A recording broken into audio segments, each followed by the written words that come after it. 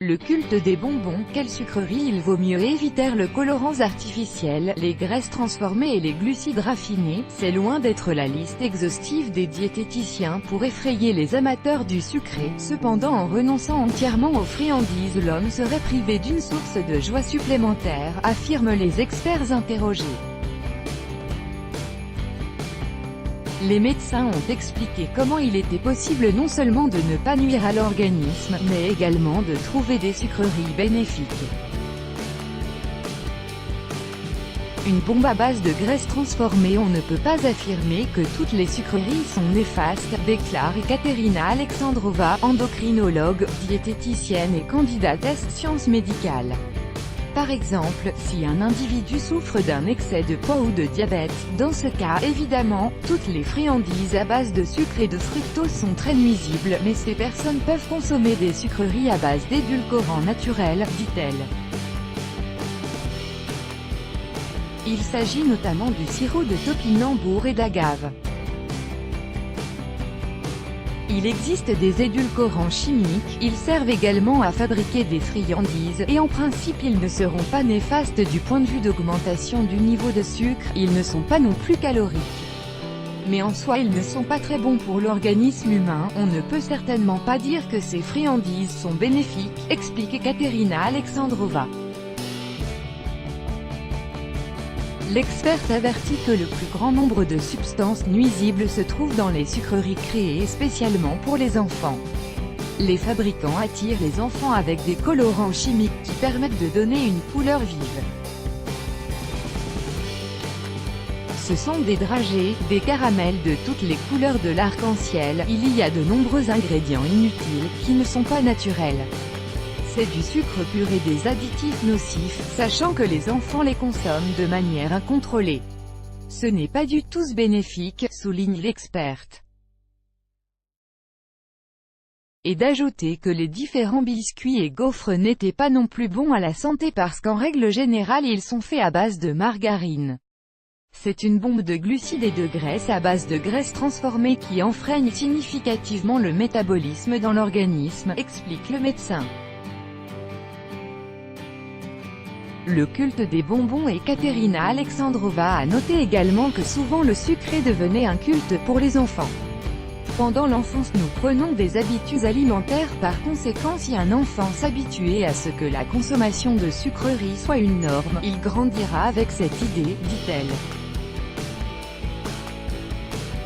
Et de souligner que si un enfant était prédisposé à l'obésité ou au diabète, l'excès de sucre provoquerait une maladie. Ensuite, quand il devra perdre du poids, ce sera très difficile de se réadapter et de renoncer à cette mauvaise habitude, ajoute-t-elle. Je voudrais attirer l'attention des parents sur le fait qu'un enfant n'a pas du tout besoin de sucreries. Il faut les éliminer de leur champ de vision, il ne faut pas en acheter, il ne faut pas en faire un culte.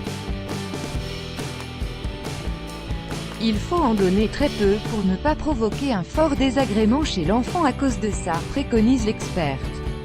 La diététicienne est maître de conférences à la chaire de la diététique et de la nutrition à l'Académie russe de médecine. Elena Tchedia a également rappelé qu'un enfant sur 5 en Europe souffrait d'obésité, et que la Russie se rapprochait progressivement de cet indicateur. Il faut faire très attention à la nutrition des enfants, et les sucreries sont une source supplémentaire d'énergie facilement assimilable. Si l'enfant ne peut pas dépenser toute l'énergie qu'il reçoit, alors évidemment elle est transformée en graisse, déclare l'experte. En soulignant que les habitudes gustatives devaient être inculquées dès l'enfance afin d'éviter les problèmes à l'âge adulte. Par exemple, certains adultes mangent beaucoup en situation de stress, ces habitudes viennent souvent de l'enfance. Si un enfant est en bonne santé, il peut manger des sucreries, mais avec modération, indique-t-elle. Des antidépresseurs sucrés. Elena Tchedia a également noté que les personnes âgées devaient elles aussi limiter les sucreries parce qu'avec l'âge le fond hormonal changeait, le métabolisme ralentit, l'homme dépense bien moins d'énergie. Au final, l'excès d'énergie de la nourriture se transforme en graisse. De son côté, Ekaterina Alexandrova ajoute que, chaque année nous devons revoir notre nutrition en réduisant l'apport en calories, notamment en réduisant les produits hautement calorifiques et avant tout le sucré, et nous devons artificiellement augmenter les dépenses d'énergie, accroître les efforts physiques, ce qui empêchera de prendre du poids malgré un changement de métabolisme. Sachant que l'experte n'appelle pas les personnes âgées à renoncer entièrement aux friandises. Après tout, le sucré est un antidépresseur. Malheureusement, avec l'âge les gens deviennent plus enclins à la tristesse et même à la dépression. Dans cette situation les sucreries en quantité réduite entretiennent le moral, c'est une petite joie parmi les rares joies qui restent chez l'homme, dit-elle. En règle générale, les personnes âgées aiment boire du thé avec du sucré, pour elles c'est un rituel quotidien.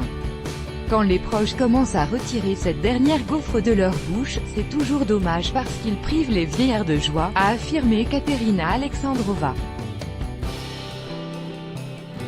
Et d'ajouter que si, de plus, la personne ne souffre pas de diabète ni d'un excès de poids accompagné de problèmes aux articulations, alors il ne doit pas y avoir d'interdiction.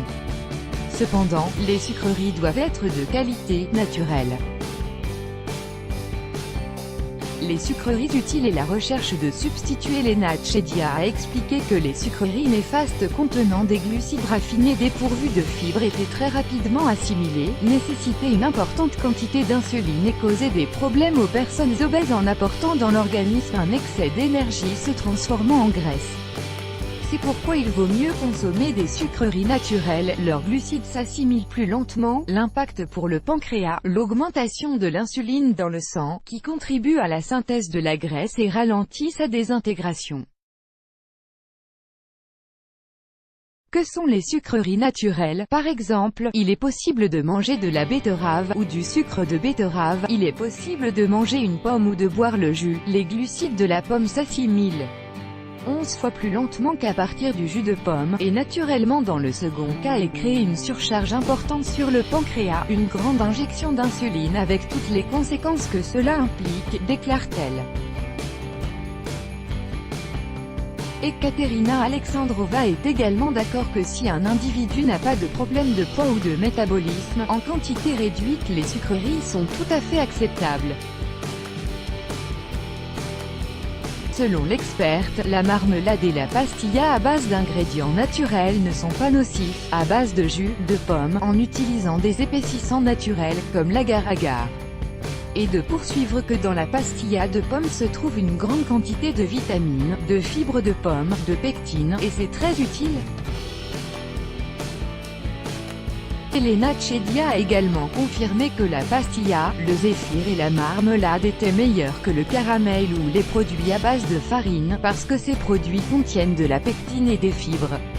Elle explique qu'il existe une idée reçue, qui n'est pas très exacte concernant le chocolat, comme quoi la consommation de chocolat noir au lieu de chocolat au lait rendait la nutrition moins calorique.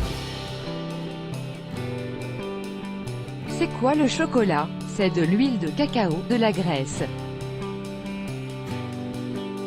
Si le chocolat sucré, au lait, une partie de la graisse est remplacée par le lait, les glucides, et les glucides, 1 gramme, 4 kcal, et 1 gramme de graisse, 9 kcal.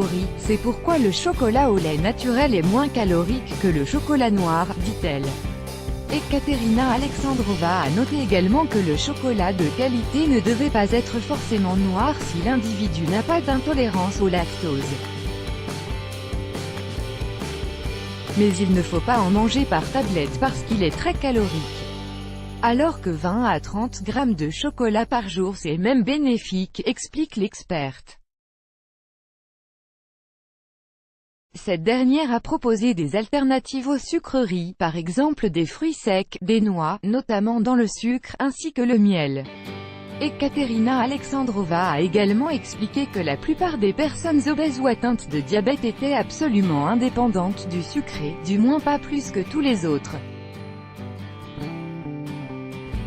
Il faut savoir que le diabète ne survient pas à cause d'un abus de sucreries. C'est faux. Par exemple, un individu présentant un taux élevé de sucre dit qu'il ne mange pas de sucré, mais il s'avère qu'il consomme des pommes de terre, des pâtes, des céréales cuites, or ce sont des glucides. La question ne réside pas dans les sucreries, la question réside dans la quantité totale des glucides. Un homme peut se nourrir seulement de sucreries, si génétiquement il n'est pas prédisposé au diabète, il n'en aura pas, dit-elle. L'experte a noté également que les différents régimes basés sur la consommation de sucreries, par exemple au chocolat, ne sont pas bénéfiques pour l'organisme à cause d'une quantité insuffisante de vitamines et de micro-éléments nécessaires.